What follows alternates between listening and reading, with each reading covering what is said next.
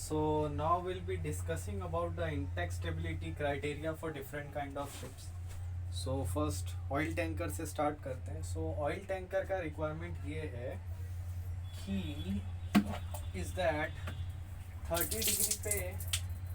30 degree पे I guess इनका जो एरिया अंडर द जीजेड कर्व है it should be around 0.09 and नहीं 0.055 and for 40 degree it is 0.09 and the difference between the angle of fill at 30 degree and 40 degree or less than 40 degree should be of 0.008 no 0.03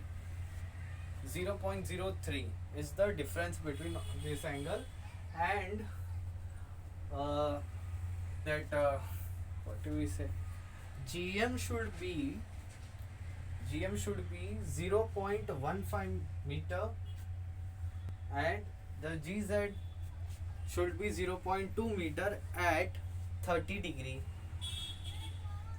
So this is the requirement, and at the flooding angle that is 30 degree the meter radian should be 0.033 meter per radian. The area under the curve is that.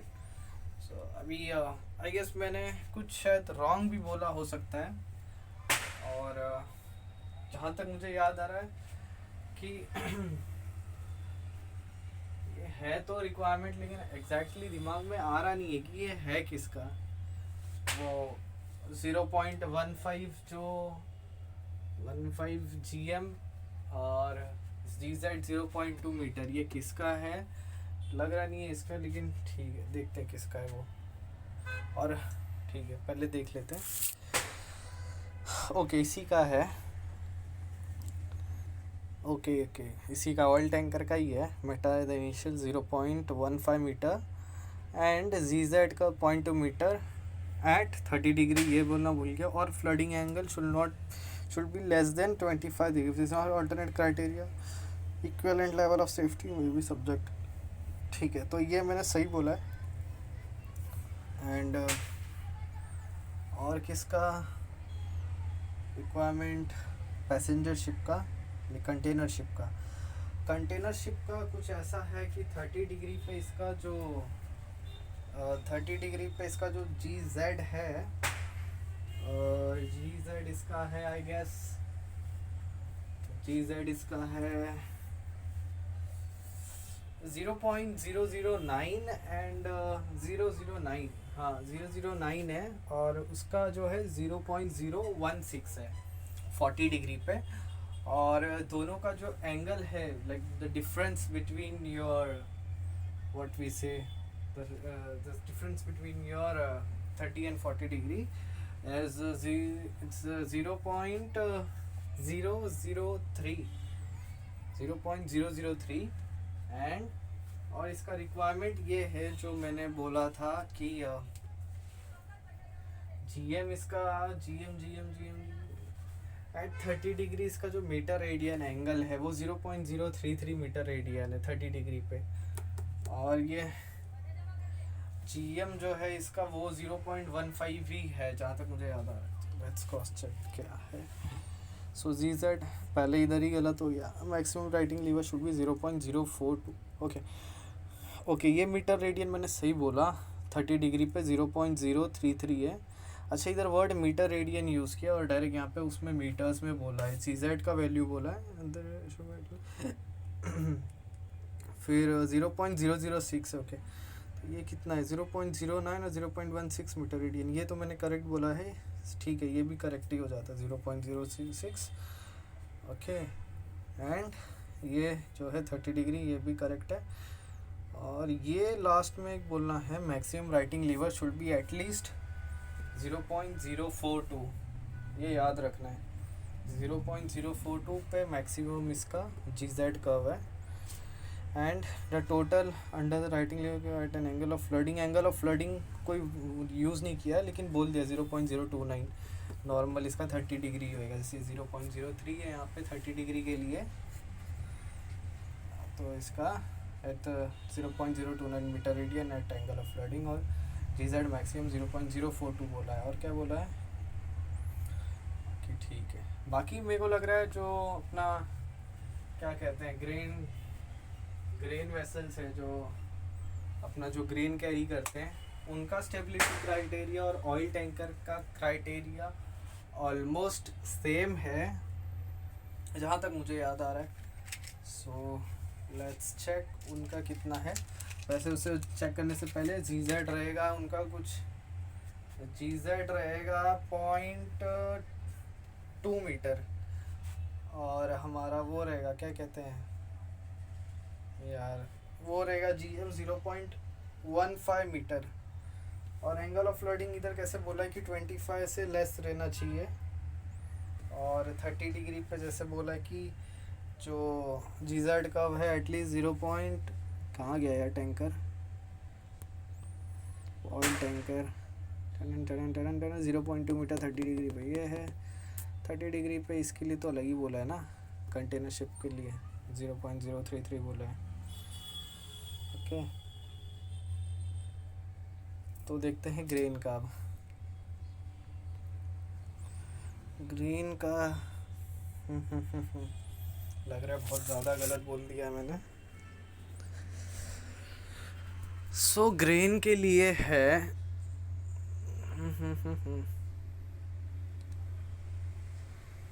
साला out of box आ गया ये तो। The angle of yield due to the shipping is to not to be greater than the 12 degree. वाह कसम 12 degree पे ही रुक गया। और the angle at which deck cargo is immersed whichever is lesser the net or residual area between the heeling arm curve and the righting arm curve, the angle of field maximum difference between the coordinates of two curves or 40 degree और the angle of flooding।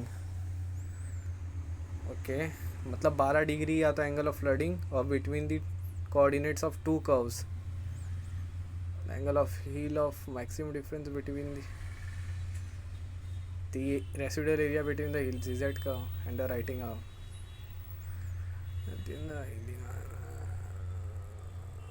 between the coordinates of two curves or 40 degree or the angle of flooding, whichever is least is in all condition of loading not to be less than 0.075 meter radian. Okay, the initial metacentric height for correction not to be less than okay GM पूरा double है oil tanker का 0.3 metre है। और the angle इसमें क्या word use किया है, the area under the heeling arm curve and the righting arm curve of maximum difference between the ordinates of two curves 40 degree or the angle of loading whichever is least is in all coordinates not less than 0.075 meter radian। ठीक है भाई। After loading, the master shall ensure ship is upright before proceeding to sea. Demonstrate the ability of the ship at all stage of any voyage to comply with the stability criteria required by this section. Demonstrate the ability of the ship at all stages of any voyage to comply with the stability criteria required by this section. Okay भाई, demonstrate the ability of the ship मतलब demonstrate करना है ability at any voyage at all stages of any voyage to comply with the stability criteria required by this section। ठीक है। Timber deck cargo का क्या है यार, रुक जाए। इसका जनरल फॉर अदर शिप्स के लिए क्या है 0.005 0.9 0.2 0.15। तो general cargo for others oil tanker का ही है पूरा। ठीक है। फॉर पैसेंजर्स के लिए बस देखना है for passengers and timber cargo, तो ये दोनों बचे हैं। तो पैसेंजर का पहले स्टार्ट करते हैं। पैसेंजर नहीं, इसका पहले करते हैं ना, पैसेंजर से पहले इसका कहाँ गया, टिम्बर कार्गो का। तो इसका है अपना कितना here under all the ships of 24 meter in length and over engaged in the carriage of timber deck cargoes even under क्या है the provisions given here and all ships of 24 meter in length and all over the changed in क्या यार समझ में नहीं आया कैसे the provisions given here under apply to all ships of 24 meter in length and over engaging criteria of timber deck cargo. The provision given under apply to all ships length and over engaging क्या है अच्छा 24 metre और उससे लंबे के जो timber लेते हैं उनके लिए एप्लीकेबल है. सो क्या है कि एरिया अंडर द राइटिंग का shall not be less then 0.40 degree. 30 degree का कुछ है ही नहीं, डायरेक्ट 40 डिग्री पे बोला है भाई. 0.08 रखना है. कहीं ना कहीं ये भी उसी की तरह है, ग्रेन कार्गो की तरह. ग्रेन कार्गो में तो 40 डिग्री का जिक्र भी हुआ था, इधर तो वो भी नहीं है. हाँ वैसे इधर भी 40 डिग्री का जिक्र दे. एरिया अंडर द राइटिंग लिए और curve shall not be less than 0.08 metre. 40 degree पे 0.08 मीटर का बोल दिया. और the angle of flooding angle अच्छा एंगल ऑफ फ्लडिंग भी 40 डिग्री बोला है. The maximum should be at least जैसे उसमें 0.3 बोला है तो इसमें राइटिंग अच्छा वो 0.3 क्या था GM था ना, लेकिन यहाँ पे मैक्सिमम राइटिंग लीवर GZ का वैल्यू 25 बोल दिया है और GM का 0.1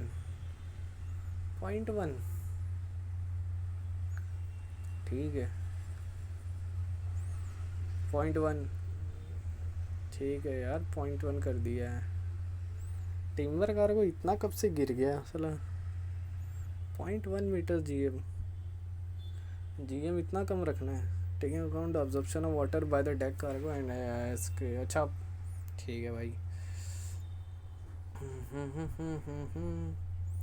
When determining ability of ship to withstand the combined effect of beam, wind and rolling according to the heeling water weather criteria, the 16 degree limiting angle of heel under the action of steady wind shall be complied with, or the additional criterion of 80 degree of the angle of deck edge immersion may be ignored. At all time during the voyage, the wind should not be less than 0.1 meter. The maximum lever riding lever should at least 0.25. 16 degree का limiting angle of hill under the section study.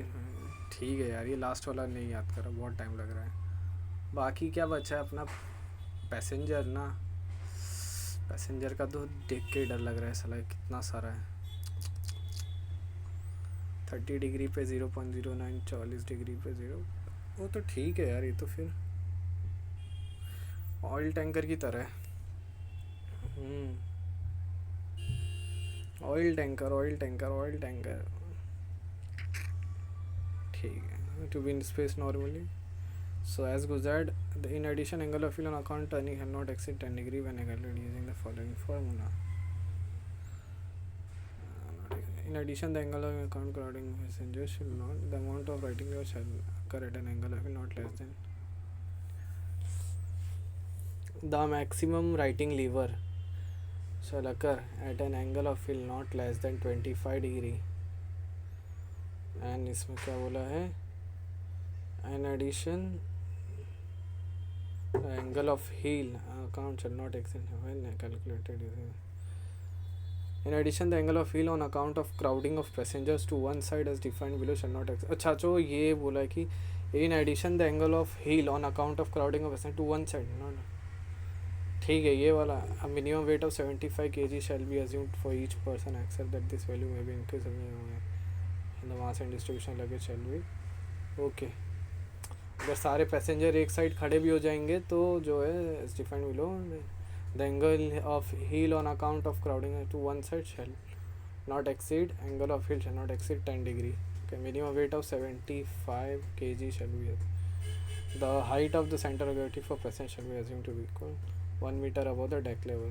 The height of centre of gravity for person shall be okay. जो इंसान है उसका 1 metre the centre of gravity okay. An account may be taken if necessary of camber and above the seat in respect of seated passenger and 0.3 meter above the seat.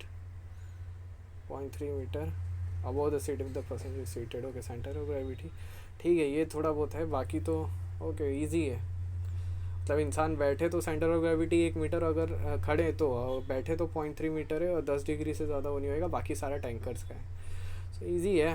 एक बार वापस से देख लेते हैं इसका 0.25, 40 डिग्री के लिए 0.08, जी जेड वैल्यू 0.25 बोला है, जी एम 0.1 से कम नहीं होना चाहिए, बस दैट्स इट। और इसका तो है ही है 40, 0.075, करेक्शन है हमारा 0.30, ठीक है। तो ठीक है, इसका दिक्कत नहीं है। 12 डिग्री याद रखना है उस पैसेंजर में, और इसमें 12 डिग्री है, बाकी सब सही है। ठीक है, ठीक है, ठीक है, डन, थैंक यू।